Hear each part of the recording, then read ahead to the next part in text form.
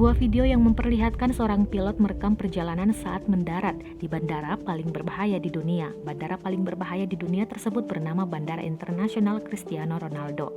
Lokasinya berada di Pulau Madeira, Portugal. Dikutip Tribun Travel pada Senin 30 Agustus 2021, dalam video yang diunggah seorang pilot dalam akun TikTok @azrbl tampak Bandara Internasional Cristiano Ronaldo. Lokasinya berada di antara tebing. Video tersebut memperlihatkan pemandangan dari kokpit saat pesawat akan mendarat mendekati bandara. Lokasi ini membuatnya mengalami turbulensi hebat, perubahan angin, dan dekat dengan tanah karena perbukitan di sekitarnya.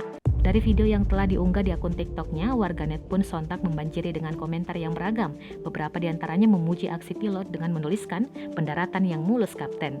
Perlu diketahui, Bandara Internasional Cristiano Ronaldo terkenal dengan bandara paling berbahaya di dunia karena memiliki landasan pacu pendek dan angin kencang. Landasan pacu yang pendek ini pernah menyebabkan kecelakaan pada tahun 1977 dialami pesawat Boeing 727-282 yang melewati landasan pacu dan jatuh ke pantai.